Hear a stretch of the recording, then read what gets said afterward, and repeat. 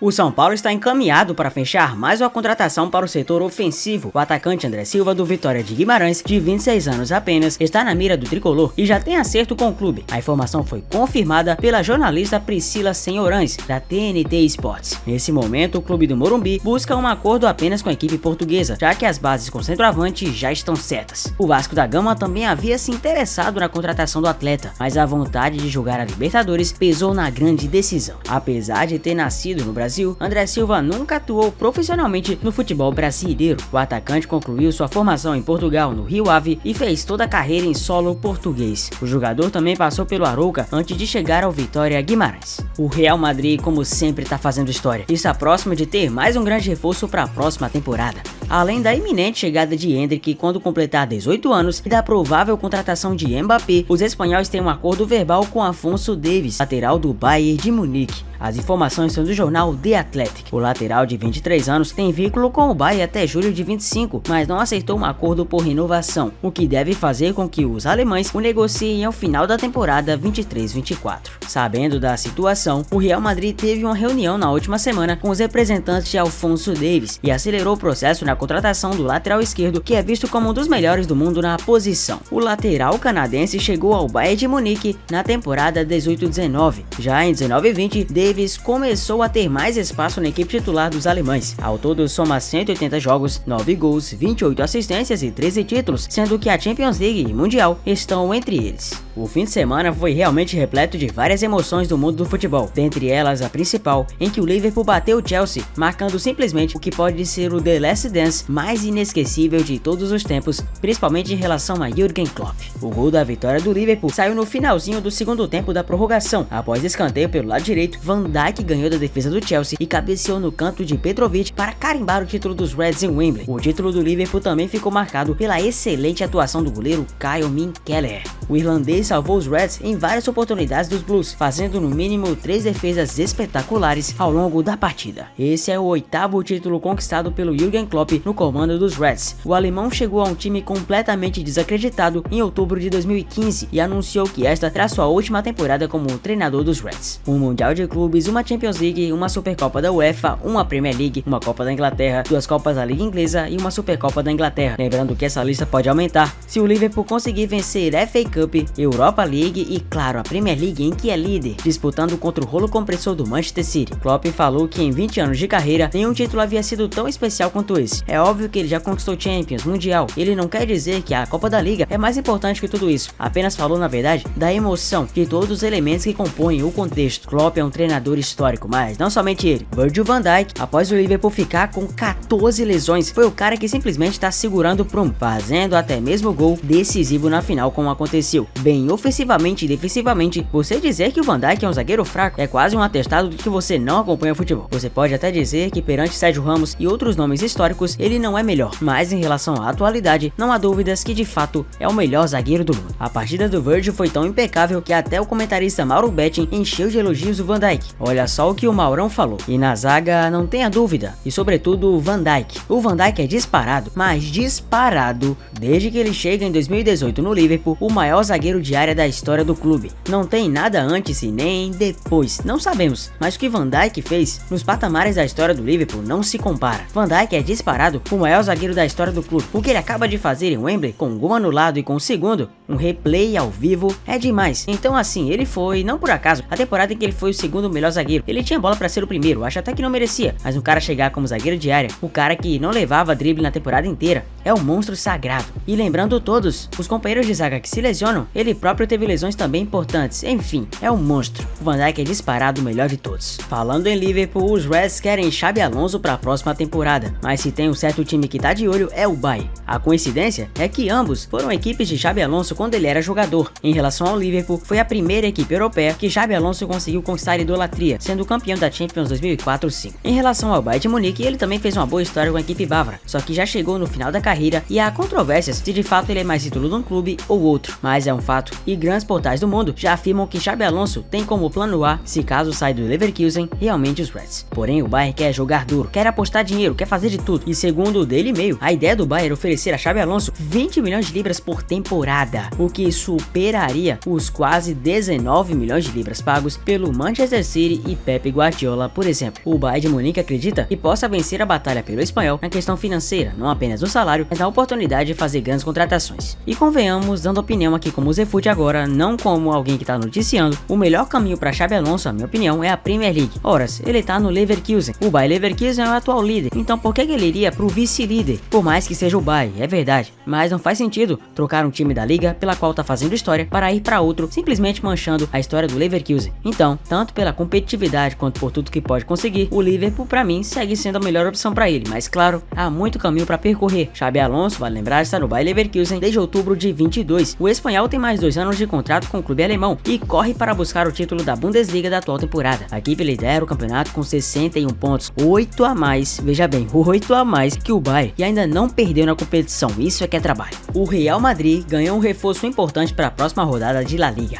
Após se recuperar de lesão muscular, o zagueiro Rüdiger retornou à lista de relacionados por Ancelotti e estava à disposição já para o jogo contra o Sevilla, válido pela 26ª rodada do Campeonato Espanhol, em que ele já disputou e o Real venceu por 1 a 0. Rüdiger voltou a treinar com o grupo nessa semana. O jogador estava fora desde que deixou o campo na partida contra o Getafe no dia 1º de fevereiro. O zagueiro desfalcou a equipe merengue em 4 jogos. É um fato que o sistema defensivo do Real não tem tido vida fácil na atual temporada. Éder Militão e David Alaba, tratando lesões graves, seguem fora da lista de relacionados. A tendência é de que Rüdiger e Nacho Fernandes sejam a dupla de zaga para o confronto desse domingo 25. Lucas Paquetá está cada vez mais perto de retornar aos gramados. Em declaração concedida à imprensa nesta sexta-feira 23, o treinador David Moyes, do West Ham, confirmou que o Bia brasileiro voltou aos treinamentos e em breve estará à disposição para o restante da temporada. Nas palavras dele, nós perdemos grandes jogadores por lesão. Houve a Copa Africana de Nações, então tivemos que fazer mudanças de janeiro para cá. Lucas Paquetá voltou a treinar e está perto de voltar. O jogador está fora da equipe por conta de uma lesão na panturrilha há pouco mais de 1 mês e meio. O último jogo de Paquetá pelos Hammers foi disputado em 7 de janeiro contra o Bristol City pela Copa da Inglaterra. O West Ham não vive um bom momento na temporada. Desde que Paquetá iniciou o processo de recuperação, o clube não venceu nenhuma partida. Ao todo foram 6 jogos sem o brasileiro, com 4 derrotas e 2 empates. Será que Guardiola vai para a seleção brasileira? Pelo menos não agora, né? Tamo com Dorival, mas e no futuro? Pois sim, o Carecation revelou vontade de treinar uma seleção em breve. Em entrevista à ESPN, o treinador do Manchester City, que tem um contrato até junho de 25 com o clube inglês, comentou a possibilidade. Não sei quem me quer para trabalhar em uma seleção, eles precisam te querer, como nos clubes. Não sei quando, daqui a 5, 10 ou 15 anos, mas eu gostaria de disputar uma Copa do Mundo como técnico. O treinador espanhol também defendeu seu centroavante Erling Haaland das críticas que recebe. Ele comentou a pressão que os atletas de futebol recebem, citando brasileiros como Pelé, Romário, Ronaldo, Rivaldo e Neymar.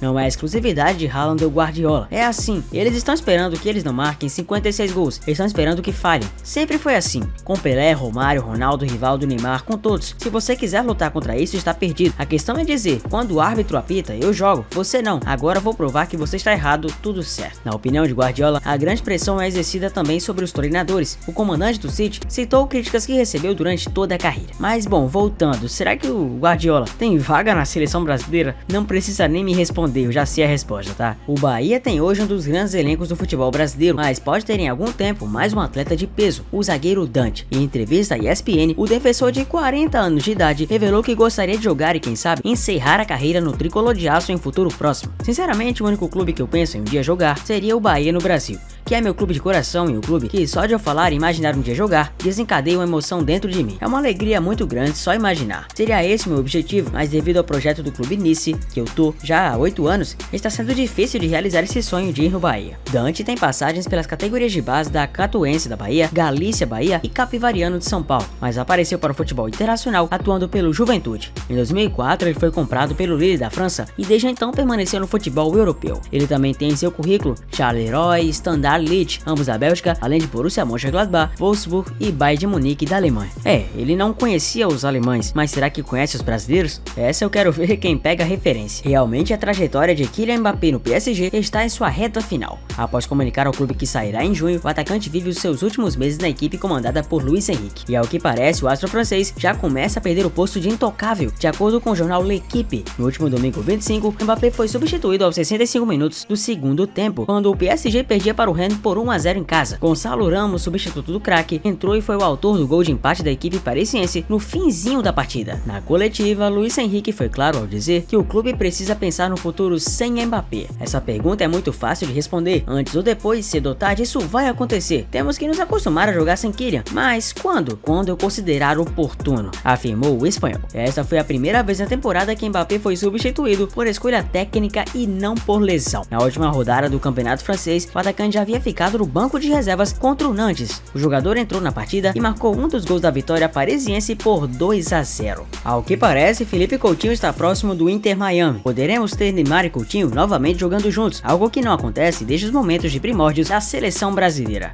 Dois que para muitos são os melhores jogadores e promessas já reveladas no Brasil nos últimos tempos podem jogar juntos, pois como já havia noticiado aqui no Zefute, os rumores de Neymar fora do Al-Hilal e presente no Inter Miami estão crescendo na mídia europeia. Com isso, Felipe Coutinho, que atualmente joga no Catar, mais precisamente na equipe comandada por Hernan Crespo, o Aldo Rail foi perguntado em entrevista recente sobre o que pensa sobre o Inter Miami e sua provável transferência de jogar ao lado de Messi anos depois, pois não somente poderemos ter Coutinho e Neymar juntos, como Coutinho, Neymar, Messi e Suárez. Além do Jordi Alba, o Busquets, meu Deus do céu, o Inter Miami quer fazer o novo Barcelona mesmo? Enfim, voltando ao assunto, Coutinho falou: eu apenas penso no momento, eu quero estar bem, me preparar bem, fazer bons jogos, curtir o futebol. Nós nunca sabemos o que vai acontecer no futuro. Meu nome sempre aparece nos jornais, onde falam de todas as formas bem e mal. Eu tento não olhar para elas e estou preocupado apenas em fazer o meu trabalho bem e aproveitar. Já havia sido noticiado o tempo desse, segundo o jornalista Ekren Conur, que o Inter Miami teria o craque brasileiro Coutinho como um dos nomes mais fortes para reforçar a equipe na atual janela de transferências. Assim, os donos da franquia rosa buscariam seguir crescendo sua presença internacional com ex-atletas do Barcelona, para secar Messi na tentativa de vencer a MLS. Segundo o site Transfermarkt, Coutinho vale cerca de 9 milhões de euros, 48 milhões de reais, um valor que está dentro do que o Inter Miami espera pagar por uma estrela. A questão salarial que o time da Flórida pode oferecer ao craque brasileiro é bem menor do que a realidade da Arábia Saudita, principalmente pela MLS ter a obrigatoriedade de exigir um teto salarial de seus participantes. Cada equipe precisa respeitar o fair play financeiro e apenas 3 contratos por clube são permitidos exceder esse limite, que fica na casa dos 50 milhões de dólares anuais, cerca de 250 milhões de reais. O Inter Miami tem apenas Messi acima desse teto e não deseja desrespeitar a regra. Porém, segundo o Conur, se Coutinho aceitar vir para os Estados Unidos, o clube pode abrir mais uma exceção. E aí, Coutinho cabe no Inter Miami? É uma pena, né? A gente sabe que o Coutinho tinha potencial para ser muito maior no cenário internacional. Pena que a decisão de trocar o Liverpool pelo Barça acabou pesando muito na sua carreira.